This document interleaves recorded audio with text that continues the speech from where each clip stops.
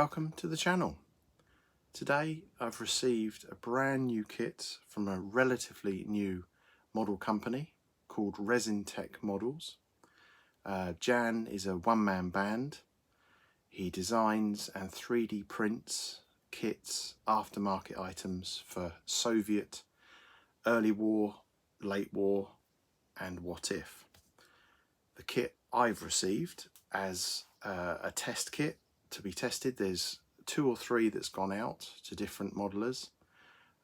He wants feedback on the kit, how it constructs, how it goes together, and how I feel about the kit.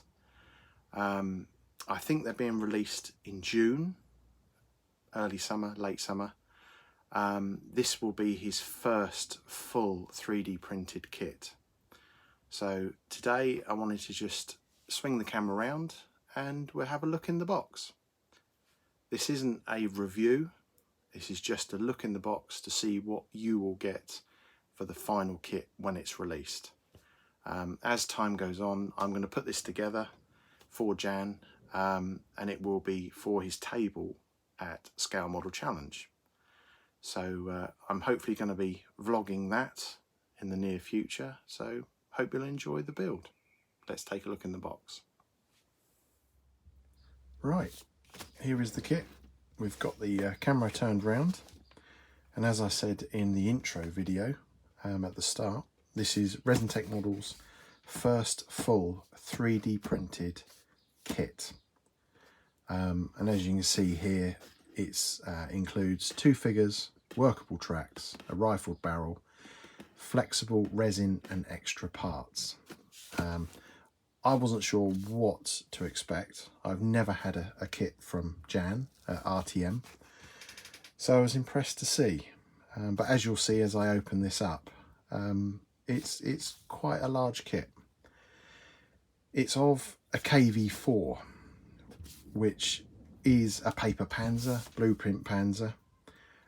It's Zhukov's design.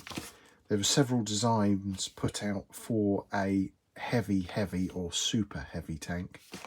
In 1941, Zhukov's design won the competition, but it never went any further than blueprints. Jan's included some information with the instruction booklet, which I'll show you. So it is an early war super heavy Soviet tank. Right, let's get the box open and let's see what we've got inside. As you can see, it's a full box. This is full to the brim of parts. I've had a quick look through when it arrived just to check that nothing was broken. I have debagged a lot of the smaller items. Jan's packaging was absolutely fantastic. It was full of bubble wrap, protective wrapping, everything was in bags. So top job there. Nothing was destroyed or broken. So let's have a look. First off, let's have a look at the instructions. So it's not a typical kit manufacturer instructions. Jan designs all this himself. I'm not sure if we will get a proper booklet, but as mine is a test kit, everything is just as you see it at the moment. I do think things are going to change for the production model, as Jan has sent me an extra box of detailed parts which weren't in the original box. So I expect things are going to evolve over time. But anyway, this is what he sent me. So if I hold that still, you'll see what this tank was, and it sounds quite impressive if it was to be built at the time. I shouldn't think it would have been built in 1941. I expect it would have been a little bit later, but yeah, it's quite an impressive blueprint. So that's the tank on the front. These are the original blueprints that Jan has taken and measured. As it wasn't built, as he's told me, it's not exactly what it would have looked like. He's had to add bits, correct bits as he sees fit, and he's taken the designs off the blueprints. So he can only do what he's been given. So on the first page, he's listed regarding about the 3D printed parts, about gluing, cleaning up, removing off of the sprues, etc. Then we move on to the process of putting it together. I must say it's a fairly easy, simple build by the looks of it. There's not many steps, and as I'll show you in a minute, you'll see why. So we start off with doing the drive sprockets. Then we move on to the lower hull, which is a one-piece hull. There's no lower and top halves. It's all one piece as it's 3D printed. Then we're putting in the torsion bars, the swinging arms.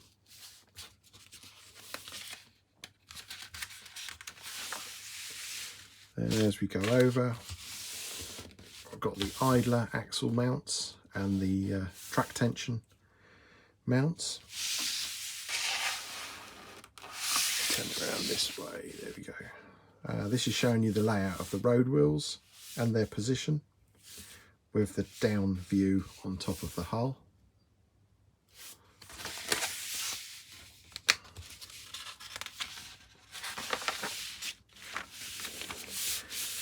Nice little warning there, make sure to align all the wheels. Then we're moving on to the engine deck, which is the exhausts and the air vents housings. Then we're moving down to the lower hull near the drive sprockets and the transmission. You've got the mesh, the towing eyes and the rear signal light.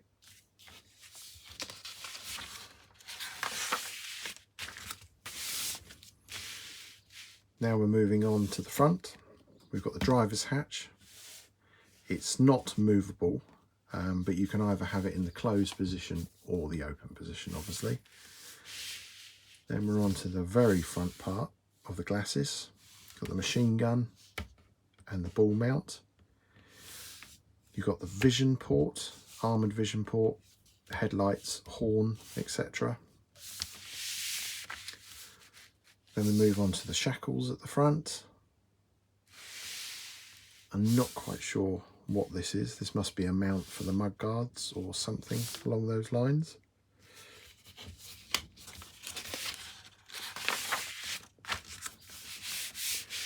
Step 11 is putting the one-piece mud guards on the sides.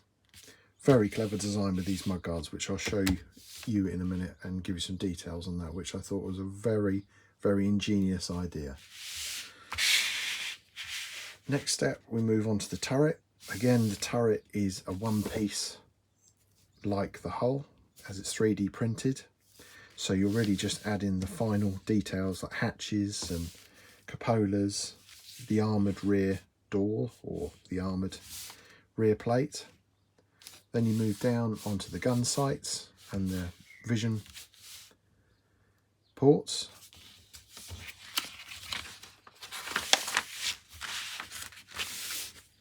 Then we're moving on to the mountlets. Jan's given you two offerings. The main gun, 107mm ZIS-6 on its own, or you had an auxiliary 45mm with the ZIS-6 gun. So you get two mountlets, two guns, barrels, and the 45mm barrel. This stage is about inserting the 45mm gun and the vent plugs. Then moving on to marrying the turret with the hull.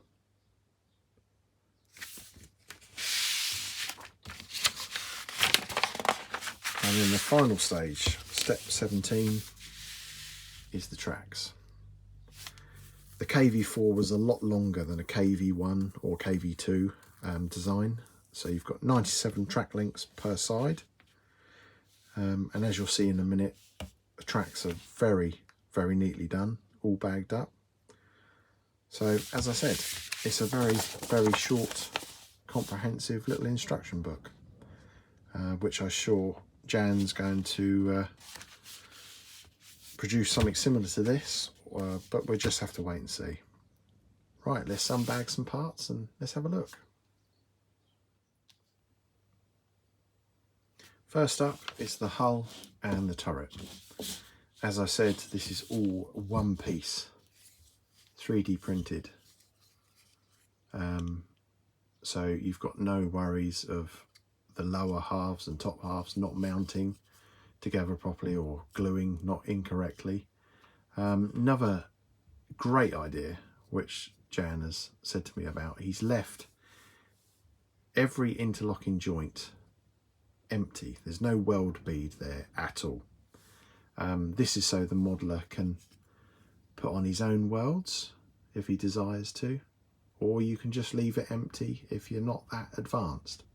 Also, every surface is left flat. There's no cast texture, so if you want cast texture you would have to add it, but I think out of the box that would be okay if you didn't want to texture it or weld it.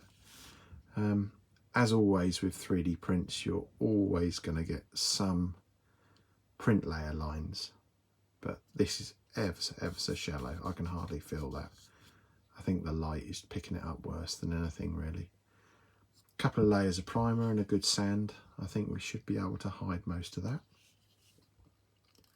I've been advised by a few modelers about removing this, putting it in some warm to medium hot water, and the contact points here, the supports, will just break free. So I'm hoping that works. As I'm not really a 3D print modeler, this is my first full 3D printed kit. It's going to be interesting to see. So as I go on with this, if anyone like myself has not dealt with anything like this before, should be a good learning curve. Now move on to the hull. Similar to the turret, great quality, really nice. It's the future of modelling, I say. There's probably 10 steps there in one. Anyone that wants to just quickly build a model over a weekend or anything like that, this would be perfect. One issue that Jan says there is, on this rear transmission plate here, it's not an issue, it's just the way how it's supported when it's 3D printed. It's printed at that angle, so all the contact points and supports are on that rear transmission plate. So you do get the bobbles and holes of the supports. But with some sanding down and some texturing, that would all be gone. But to me, there's nothing wrong with that at all. One thing I did notice was, and Jan has said this also, that the rear end here, this rear plate, it was a little bit tacky. He says the resin hadn't fully cured. He's been experimenting with some new curing processes. So all I did was I stuck this in the sunshine for a few hours and it's now rock solid. So if you get a resin kit that's a little bit sticky to the touch, a good bit of UV sunshine will sort it out. Now I'm turning my attention to the running gear, the wheels, sprockets, idlers, return rollers, and the track tensioning arms. Most of the parts all come in these safety little baskets, which is great for delivery. Nothing gets damaged. Just by cutting that away, accesses you to all the parts. So if I move these few bits out of the way, I'll first look at a couple of these wheels.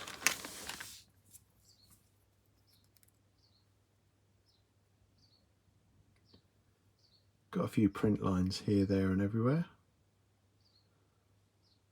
but a bit of a sand down. I can't see any issues with that.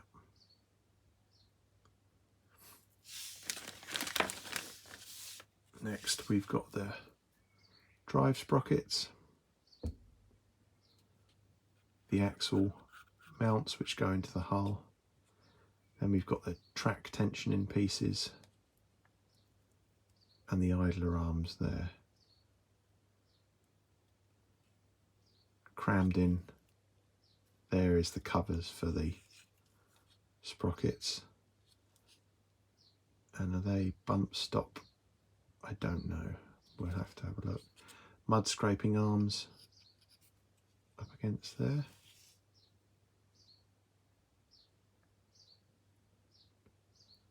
Sure looks pretty good to me. Now we're moving on to the idlers. We've got 4 here. I'm not a KV specialist,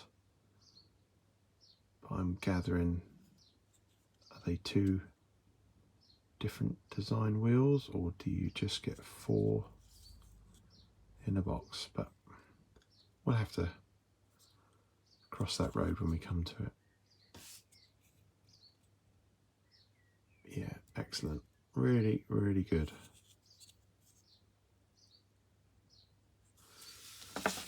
Then we've got the return rollers. Try and get as close as I can. Just some slight lines on the curvature of the rubber portions.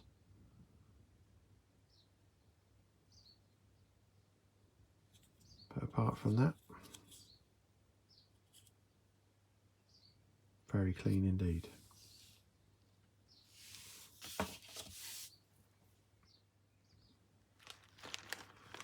Moving on to the tracks and track pins. There's 2 bags marked A and B for each side of the tank.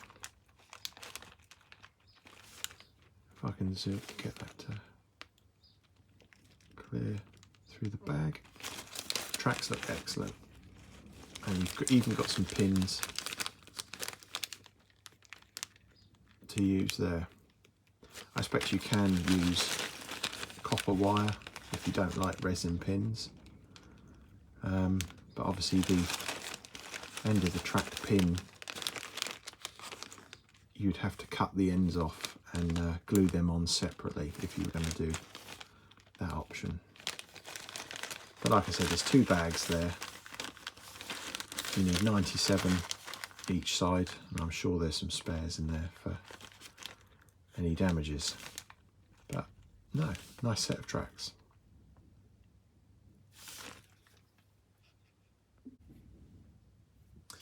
Now we're moving on to the fenders. As we were in the earlier section looking at the instructions, I wrongfully said they were 1-piece fenders, but they're actually not. They're broken down, the 2 sides, into separate pieces.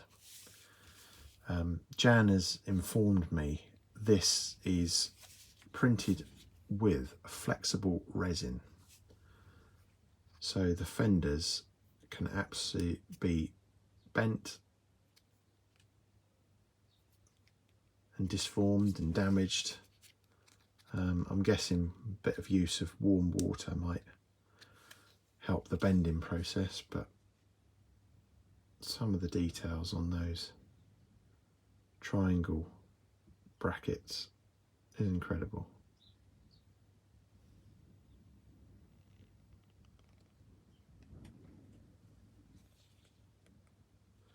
It's not far off photo etch quality.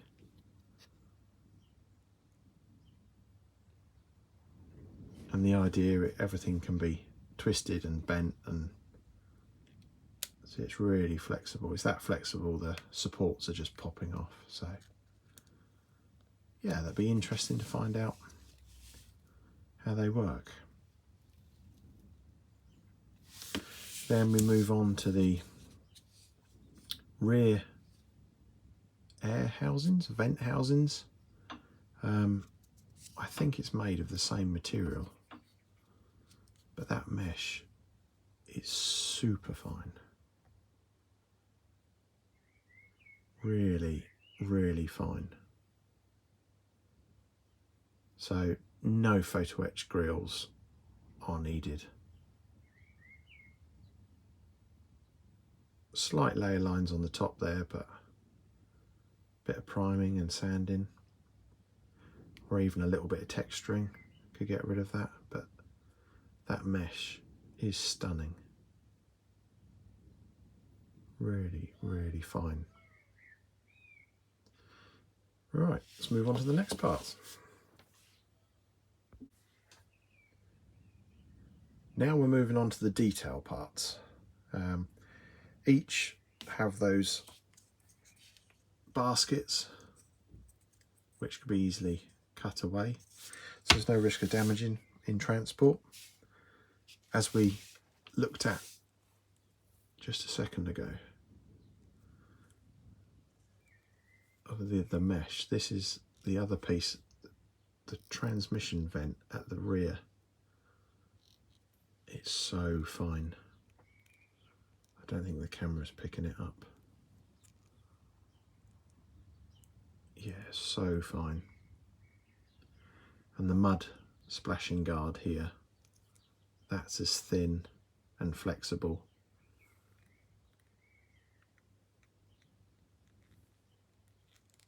Excellent.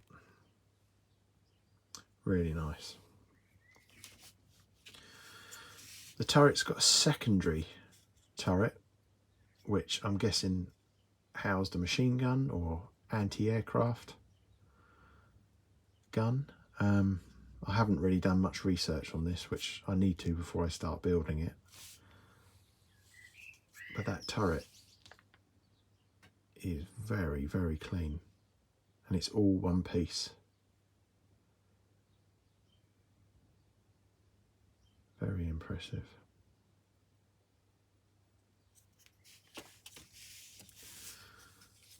Then we've got the two mantlets. Got the one with the 45mm and the ZIS 6 gun. Then you've got the option of just the ZIS 6 gun. The mantlet's nice and chunky, nice and thick. You've got some quite prominent lines there, which with a swipe of a sanding stick and some texturing will be gone in no time at all. Nice bolt detail.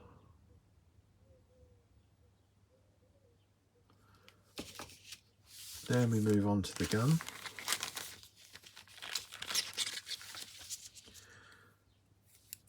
So included in the kit was 4 barrels. I'm not sure if this is what you'll get in the final kit, but this is just what I received. So you got the two 107mm ZIS 6 gun barrels, which are 3D printed. There's no warping. There's some layer lines, which can be expected, but totally usable straight out of the kit.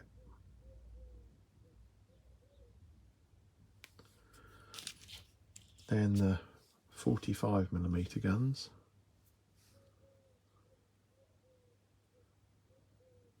Printed hollow. It's so fine, I can't really see any print lines on that at all. Yep, very good. Now we got the torsion bars, neatly packed away in the storage basket. Again, nice details. Once built up, you won't hardly see them at all, which is a shame really, but yeah, another nice part. Then we've got the Fender stowage bins, which are all one part. They don't open, they're solid, they're closed. Some really nice detail, the hinges and handles. Don't know if the camera's picking that up properly, but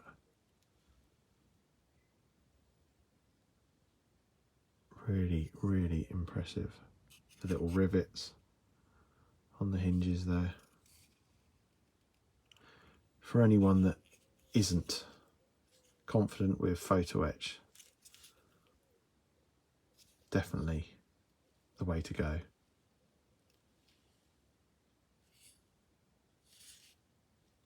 Very clean. Some smaller parts, those hook pieces which or are they hatch? I don't know. I think they're the hatch mounts. We'll have to have a look. Then we've got the towing shackles and their pins. Quite difficult to see there. But again, brilliantly done. A few print lines, sand them away, should be fine. Then we've got the one-piece hatches with all the opening mechanisms.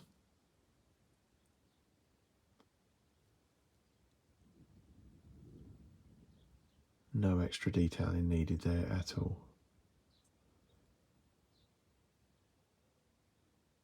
But as always, if you wanted to cut the handles off and glue some wire on there, there's no problem with that either, but the rest of it, no issues at all. Then we've got a small little storage package with all the small details. So we've got the machine gun barrels,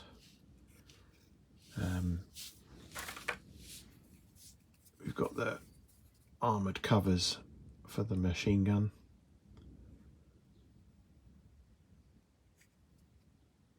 which so you've got the armoured backing of the machine gun port, then you've got the mantlet of the machine gun, and then I'm guessing they are the machine gun barrels. Then you've got your horn, headlamps. I think they're the eyelets for the rear engine hatch. They are fine, very, very tiny. And then you've got the armoured vision port, which I think is the rear side of that. And then you've got the vision. I think, yes, yeah, you've got the crew binocular vision ports, they're armoured housings there.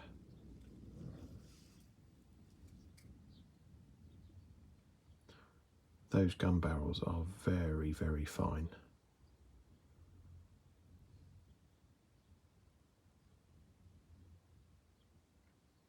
And some more 45mm gun barrels. And the rear light, travel light. Very nice. He's even included some spent shells and obviously the high explosive armour piercings, the different shells that the ZIS gun would take. I'm not sure if there's anywhere for these to go, but these spent shells is a really nice addition. If you want to chuck some on the rear deck for after detailing, that's, yeah, very nice.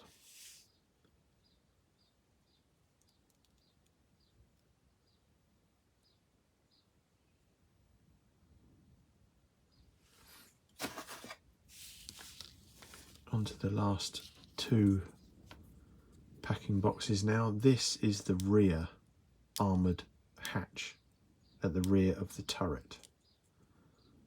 So you've got your hinges here, the bolts on the door, and that is ever so smooth. I'm not sure if that needs texturing or it would be actually that smooth in real life. But that is very, very impressive.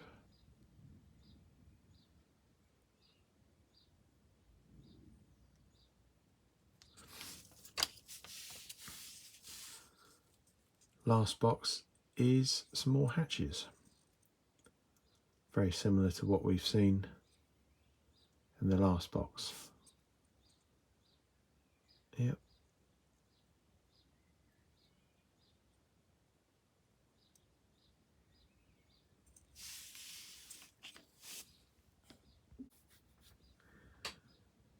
Now on to the last few parts. This was the extra detail parts that Jan had sent, saying that these will be added in the kit, but as we've seen, we've already got this piece, so I'm not sure if there's anything updated or upgraded in that piece. To me it doesn't look so, but in this he's added the tow cable eyes. Can't really see much, but they're all one piece. There's the eyelet end, then he's added the copper wire to go with those, the tow ropes to go with the eyelets.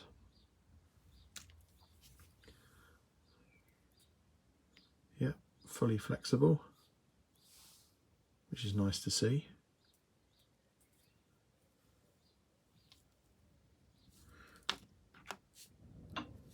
Then we've got the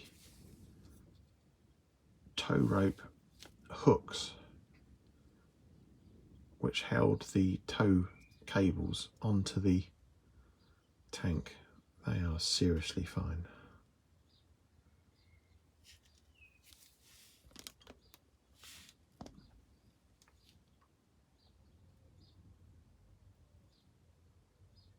Have to be careful removing those off of those supports.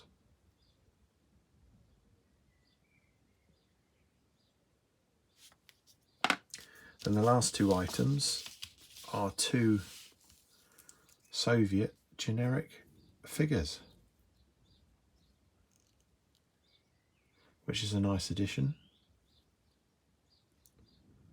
If we concentrate on one figure at a time, this figure's caught my eye. Some of the folds in the leather boots, and there is absolutely stunning.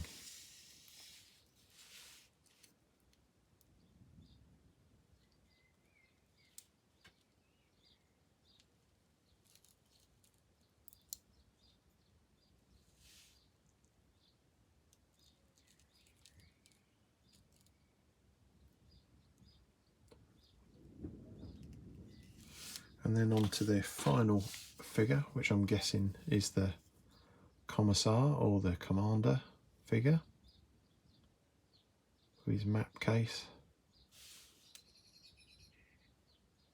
Some of those details are really fine. The hooks to the map case especially.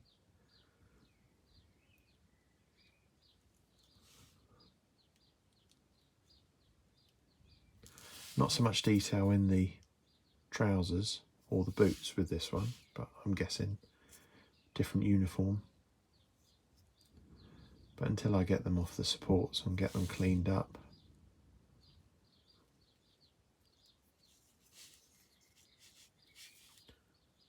very nice.